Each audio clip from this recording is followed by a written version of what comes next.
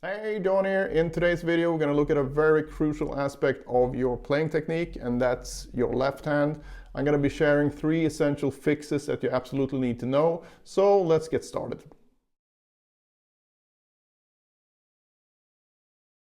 All right, so first up, we're going to remove any excess tension in our left hand, and we're going to do that by borrowing a technique from the world of classical guitar. That's where I first encountered this. Since then, I've heard other players talk about it as well. Rick Graham, for example, and I know he studied classical guitar for a long time, so I'm assuming that's where he picked it up as well. And the technique is fairly easy to do. It's actually very easy, but you need to do it. So this is not something you do once and then just forget about. It's something you can apply to your overall practice. And again, you don't need to write that into a practice schedule or anything. It's just a tool for you to really find the perfect amount of pressure for that instrument. All right, so step 1 is to just pick a fret and a finger and a string. So let's do the index finger, 5th fret on the G string. And the first thing we're going to do is just place the finger on the string. So if we look at this as levels of pressure, this would be level 1, and level 10 would be like pressing so hard you go out of tune and you almost break your finger. So we do not want to be anywhere close to that, right?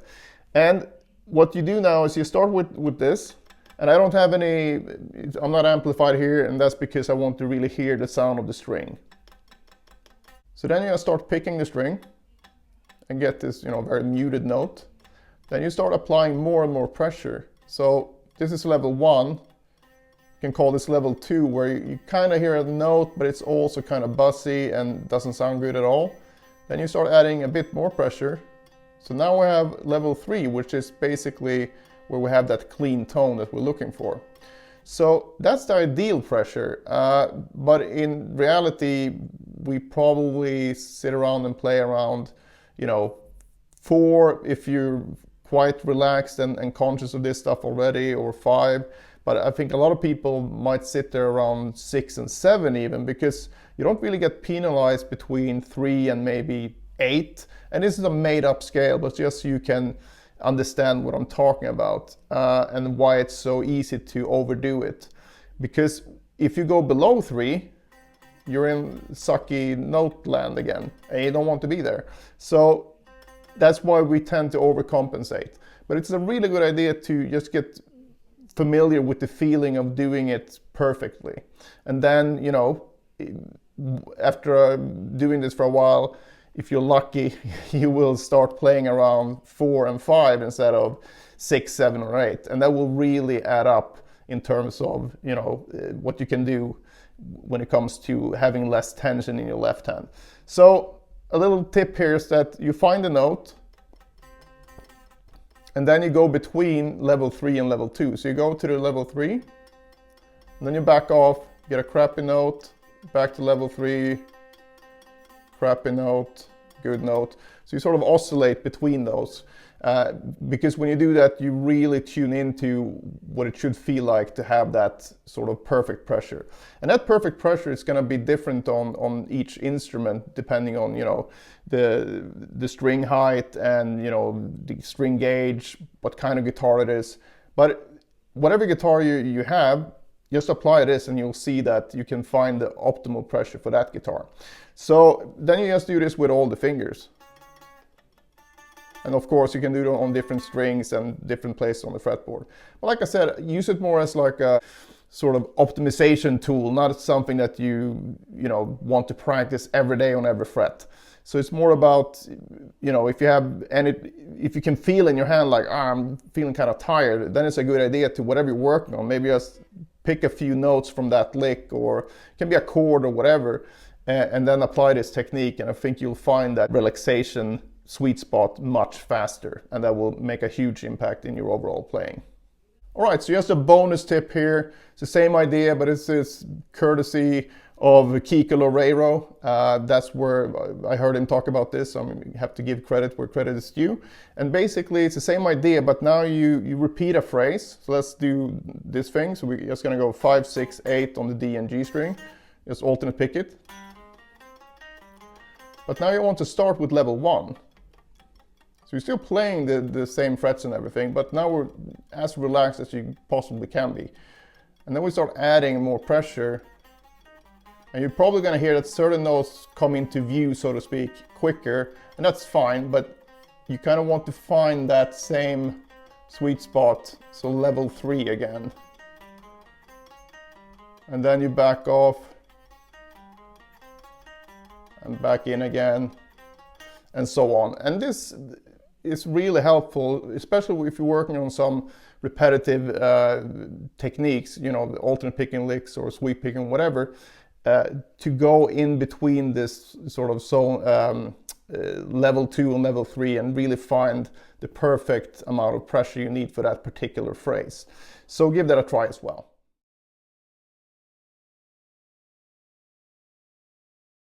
All right, so technique tip number 2 is all about perfect positioning of your left hand. And before you go all crazy on me and say like, there's no such thing as perfect positioning, well, there kind of is and it isn't. I'm not saying that this position should be something you do when, you know, it's not optimal for bending, for example, because then you want to have the thumb above the neck.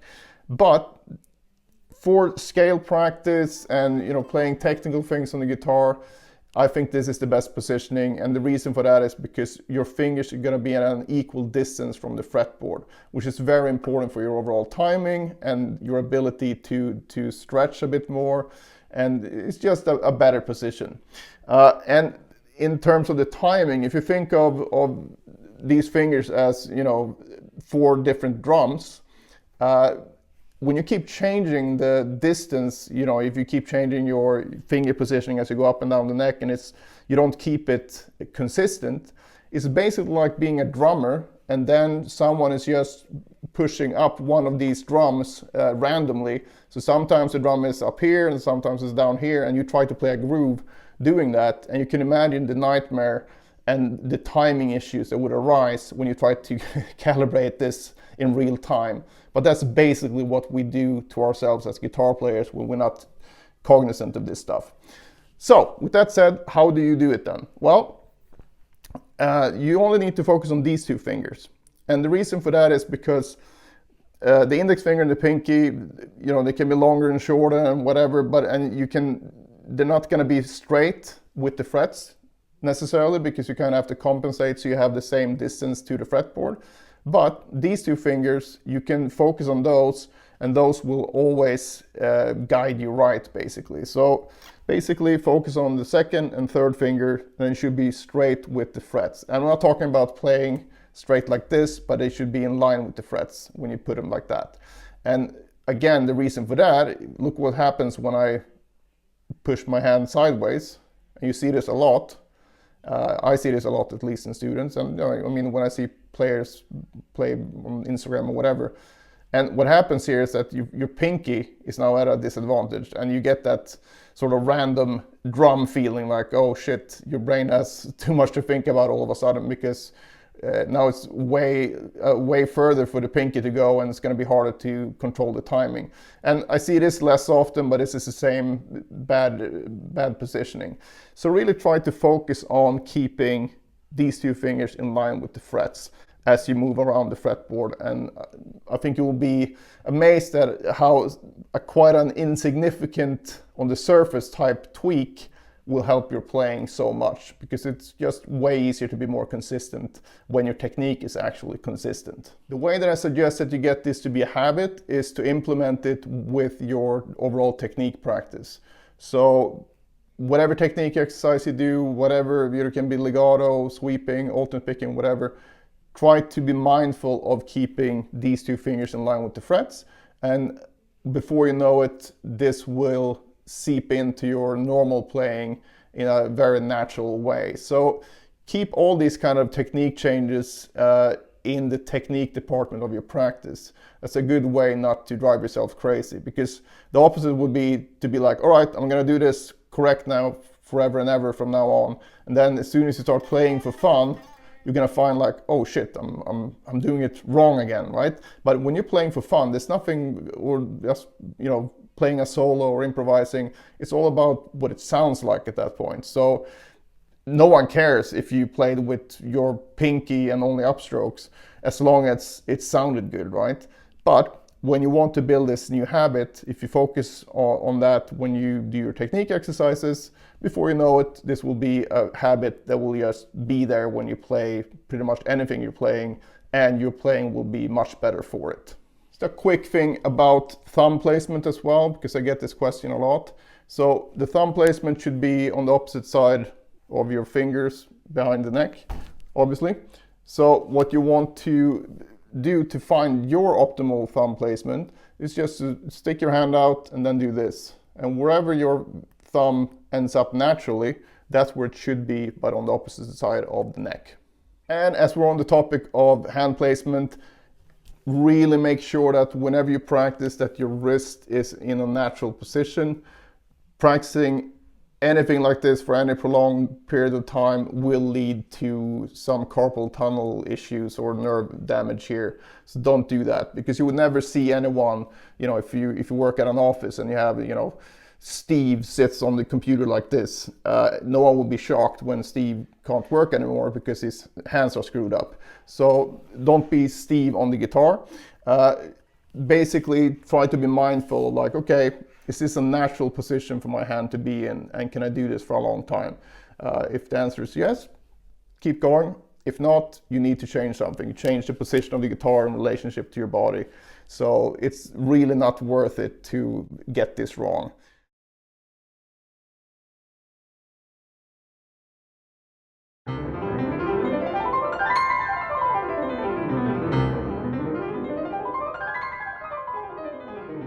The third technique tip here is you want to play like a piano player. And what that means is that when you play any type of scale or any single note line where you only want one note to sound, only have the finger that's sounding down at the moment. So if I play a scale, I don't want to do this. I don't want to push everything down and then sort of release the fingers like this. It's a surefire way of getting quite bad timing in the left hand, and I'm going to explain why. And also it's going to promote a lot of tension, and position shifting is going to be a bit of a nightmare. So what I mean by the timing is that if I play this, as I did now, I had 3 attacks in the right hand, so 1, 2, 3, and in the left hand as well, because I did not keep the fingers down like this.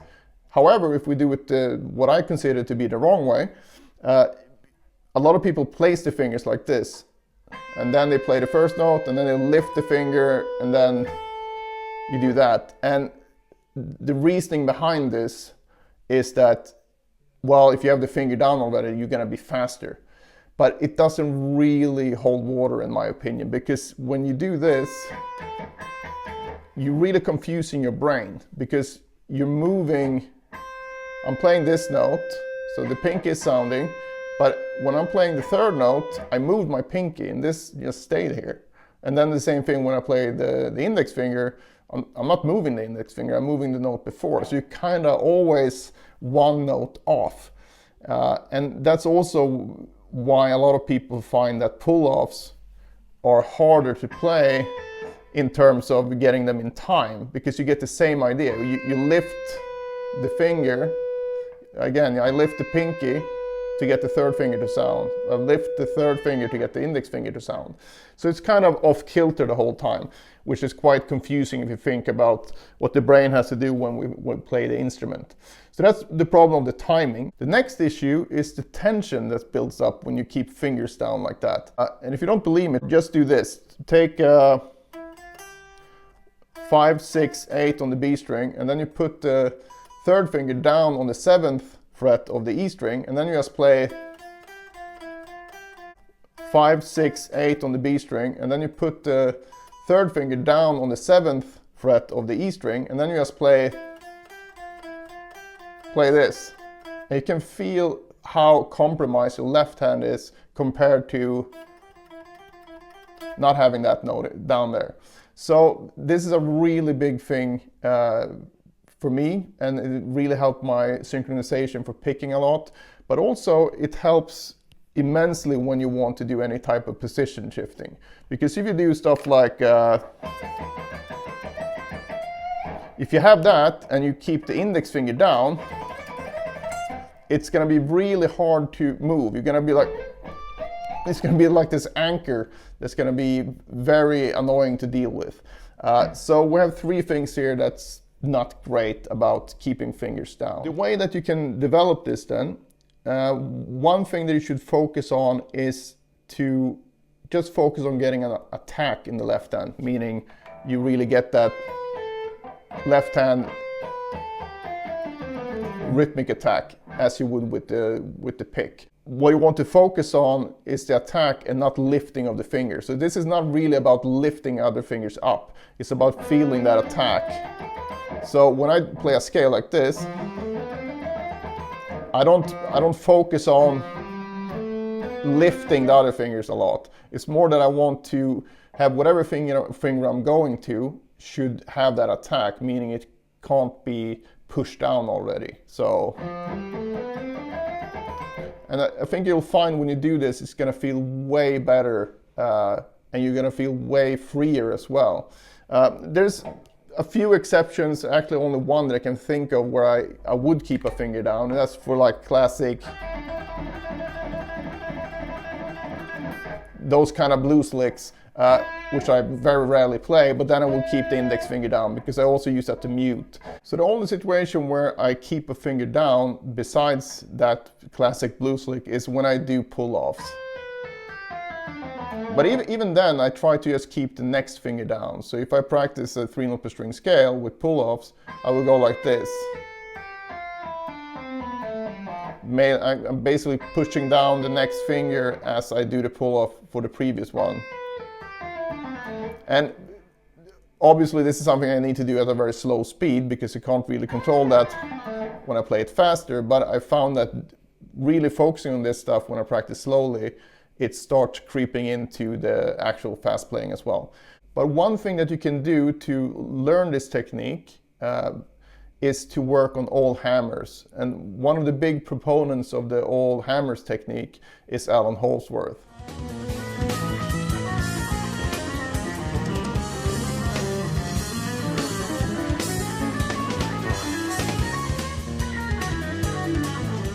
And as you can see, he was beyond amazing at this stuff. So basically what it means is that you don't do pull-offs at all. You only do hammer-ons, and to be able to do that, you cannot leave fingers down. So it's a good way to work on your overall left-hand timing as well. And again, it's not only me that talks about this. Rick Graham, obviously amazing player, talks about working with all hammer-ons. Tom Quayle as well, and both those guys have really good legato, but they still do pull-offs. But working with all hammers will actually help your pull-offs as well, because you kind of get the correct feel in the left hand, because you're not going to do this over pulling off type of thing where you get a lot of excess tension and it's not really transferable to higher speeds. So a very simple thing to work on when it comes to all hammers is this thing. So if we take the 5th fret here, 5, 6, 7, 8, and then we divide the 4 fingers into groups of 2, we're going to get 1, 2, 1, 3, 1, 4, 2, 3, 2, 4, 3, 4. And then you just basically go out walking with these fingers. So a good way to practice this is if you have a fret wrap, use that, or I'm just going to demonstrate it now by holding the fingers like this, so I mute the strings. But I only do this so I can focus on the actual walking of the fingers. I don't have to worry about muting the other strings. So we start with 1, 2. 1, 3. 1, 4. 2, 3. 2, 4. 3, 4. And I go back to the first combination again, but I start on the higher fingers. I go 2, 1, 3, 1, 4, 1, 3, 2, 4-2, and 4-3. And what I want you to focus on here is that whenever you get a dead note, which you will get, that's all about the timing. So don't try to fix that by smashing the fretboard like that, right? So instead you want to just focus even more on the timing. Because it really is a timing thing here, because if from left to right, it's fine, but from right to left, it's much harder because you need to get rid of this finger at the exact same time as this one comes down. Because if you're too early, you're not going to get a sound. That's usually what you sort of kill the string. And if you do it too early, you're basically going to get a pull off to an open string. So you really need to be on point with the timing. But that's great, because then you have something built into your practice where when you're off time, you're going to know about it. So basically you want to do that. So 1-2, 1-3, 1-4, 2-3, 2-4, 3-4, and then turn it around 2-1, 3-1, 4-1, 3-2, 4-2, 4-3. And then you do that on all strings. And pick a different position every day, but it's a great warm-up, and it really helps your overall playing a lot. Because the same thing goes with picking. If I play the pentatonic scale, if I don't get this finger out of the way in time, just in time for getting this finger down, I'm going to have the same issue. And that's why a lot of students have told me that they might be fine going ascending, but then descending is much harder. But that's usually because the timing of the left hand isn't on point, and it's much more crucial you get that right when you descend because of that reason. Because if you don't get the finger out of the way in time, it's not going to sound great, whether you pick it or not. There you have it, 3 critical fixes that can transform your technique and really elevate your guitar playing overall.